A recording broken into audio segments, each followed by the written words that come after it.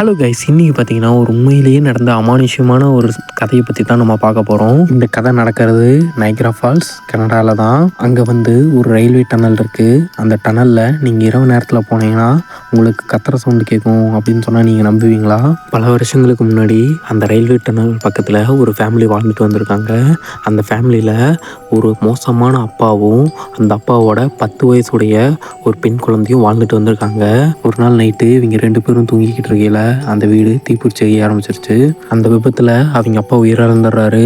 ஆனால் இந்த பொண்ணு மட்டும் எப்படியோ தப்பிச்சு கத்திக்கிட்டே அந்த டனலுக்குள்ளே ஓடுறா, பாதி எரிஞ்ச நிலையில். ஆனால் யாராச்சும் ஹெல்ப் பண்ணுவாங்கன்னு நினச்சா, ஆனால் யாருமே ஹெல்ப் பண்ண இல்லாதனால அவள் அங்கேயே உயிரிழந்துடுறா. அந்த சம்பவத்துக்கு அப்புறம் இப்போவும் அங்கே இருக்கிற மக்கள் என்ன சொல்கிறாங்கன்னா, அந்த டனலுக்குள்ளே நைட் நேரத்தில் விளக்கு மாதிரியோ இல்லை எரியிற பொருள் எதாக இருந்தாலும் அணைஞ்சிரும். அது மட்டும் இல்லை, நம்ம ரத்தமே உறைஞ்சு போடுற மாதிரி ஒரு கத்துற சவுண்டும் கேட்கும் அப்படிங்கிற மாதிரி இவங்க சொல்கிறாங்க. இந்த மக்கள் சொல்கிறதெல்லாம் உண்மையாக பொய்யா அப்படின்னு தெரிஞ்சுக்கிறதுக்காக 2 paranormal investigators mark and Lisa உள்ளே போய் என்ன நடக்குது அப்படிங்கிறத பார்க்கலாம் அப்படிங்கிறத முடிவெடுக்கிறாங்க. ஒரு நாள் நைட்டு அவங்க 2 பேர் மட்டும் அந்த டனலுக்கு போயிட்டு ஒரு தீக்குச்சியை பற்ற வைக்கிறாங்க.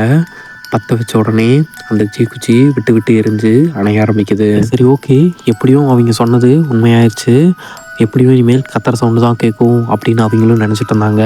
ஆனால் இவங்க 2 பேரும் இல்லாமல் 3வது ஒரு ஆள் இவனுக்கு ஆப்போசிட்டாக நடந்து வர்ற மாதிரி சவுண்டு கேட்க ஆரம்பிக்குது. அது மட்டும் இல்லாமல் அங்கே டெம்பரேச்சர் குறைஞ்சி அப்படியே குளிர ஆரம்பிக்குது.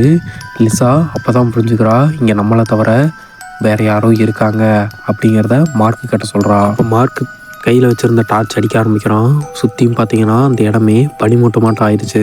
பார்த்து இவங்க 2 பேர்த்தினாலையும் மூச்சு விட முடியாமல் மாதிரி நிலைமைக்கு அந்த இடம் கொண்டு போக ஆரம்பிக்குது. அப்போது மார்க்குக்கு பின்னாடி இருந்த ஒரு செவத்துலேருந்து ஏதோ கருப்பு கலரில் ஒரு திரவம் கொட்ட ஆரம்பிக்குது. இவன் என்னென்னு தொட்டு பார்க்குறான். தொட்டு பார்த்தா ரத்தம். இதுக்கு மேலே இங்கே இருந்தால் சரிப்பட்டு வராது அப்படின்னு சொல்லிட்டு 2 பேரும் திருச்சி ஓட ஆரம்பிக்கிறாங்க. அப்புறம் வெளியே தான் நிற்கிறாங்க.